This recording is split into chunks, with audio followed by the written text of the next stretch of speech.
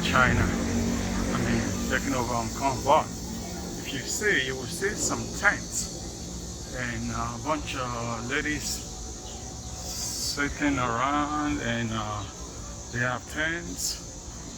These the helpers from the Philippines, ladies, nice ladies. They walk. They walk in Hong Kong. Mostly you see them out during the holidays. Today's a holiday, or Sundays, because Sunday is actually their day off. They are off on Sundays, so you can see them all over everywhere. They'll have their tents, and they are always in groups. You know, they like to party a lot. Filipinos are very happy people, I have to say that. They like to socialize a lot. You always see a whole group of them together on their day off. So on a day like today, today's quiet for some reason. It's about 10 o'clock in the morning now. But of course I'm in a location where you don't really see many of them, but soon we'll get to an area where you see them, like, really, I would say Sunday will be the day I will call the Philippine Day, the Philippines Day, which is the day you see, I mean, tons of them everywhere. But of course, these ladies are not all 100% Filipinos, but because I would say about 70% of them in Hong Kong are Filipinos. What a beautiful scenery. This is what you see. It's a walking trail, and just walking along the seaside. Anyway, so get back to my original conversation. I would say 70% of the migrant workers in Hong Kong are Filipinos, and then you have maybe Indonesians. Well, let me readjust the number. Maybe 60% Filipino, 30% Indonesian, and then the other 10% would be Indians and Lebanese, people from Nepal, but not too many of them are migrant worker. Nepalese, they normally you see them in restaurants sometimes, which Filipinos as well. As a matter of fact, my old job, I have quite a few Filipinos that work for me. I would say at least my staff consists about 70% Hong Kong people and 30% Filipinos. So you see some of them that have been in Hong Kong a long time, and they have the paper to be able to work a regular job in Hong Kong. If they are married to Western guys or Hong Kong people, then they will have paper that they can actually get like a regular job. So these type of jobs are my previous job. Those are regular jobs there. If they migrate here as a helper, they cannot work a regular job.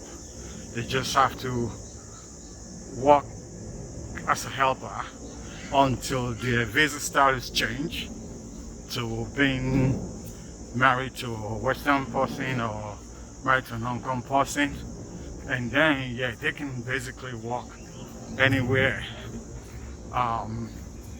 when this happens.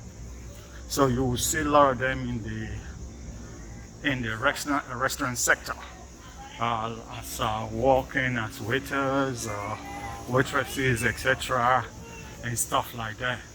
But also, I mean, look at that. Hong Kong is one beautiful country. I have to tell you that. It's amazing. You have mountains, you have ocean, you have just about any anything you want. It's such a beautiful place.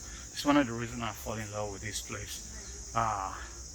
Been here now for 5 years, and honestly, I would say it's one of the best places I've lived. I mean, I've lived all over the world, and this is my the fourth continent that I've lived in. But I have a special love for this place. It's such a beautiful place. Anyway, and another day we'll do like a special walk of Hong Kong and restaurants and stuff like that. Things to do in Hong Kong, but endless things. People in Hong Kong like to hike a lot of hiking trails, and they do a lot of exercise in the morning, mostly the elderlies. I mean, you'll be out around 5 o'clock in the morning, 6 o'clock. A lot of elderlies are out.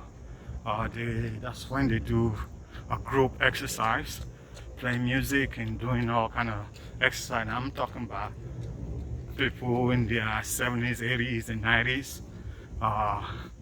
But Hong Kong people love to exercise. Very, I would say, healthy. I mean, they like to hit their a lot of park and stuff like that, but at the same time, they keep healthy, you know.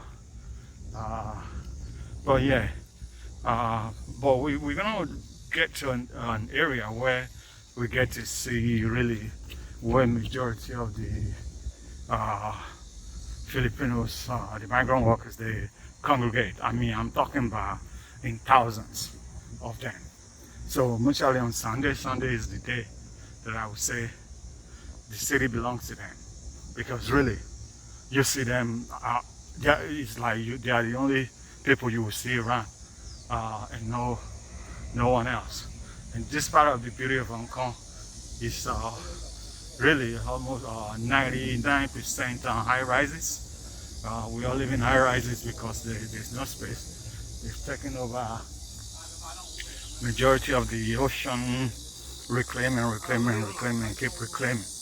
And it's the way the city has been able to grow and maintain its growth. About 7 point some million people live here. It's a small country. Sometimes I get confused on what to call Hong Kong, if I will call it a country or a city in China, because it really is kind of a double. It's very political. So that's a story for another day. So depends on who you talk to and what time of the day. They can claim the status of a country, and sometimes they claim the status of a city. So, but regardless, it's still an amazing place and great people. I love Hong Kong, and I love Hong Kong people. They have good hearts. Yeah, if you first get here and meet them, you have a different perspective, thinking, oh, these people are not so nice and they are not friendly. But since they have a British background, I would say that they're a little similar to the British in this way, because the British people, if they don't know you yet, they can be kind of unfriendly, and it's similar to the people of Hong Kong. Look at these paintings on this wall.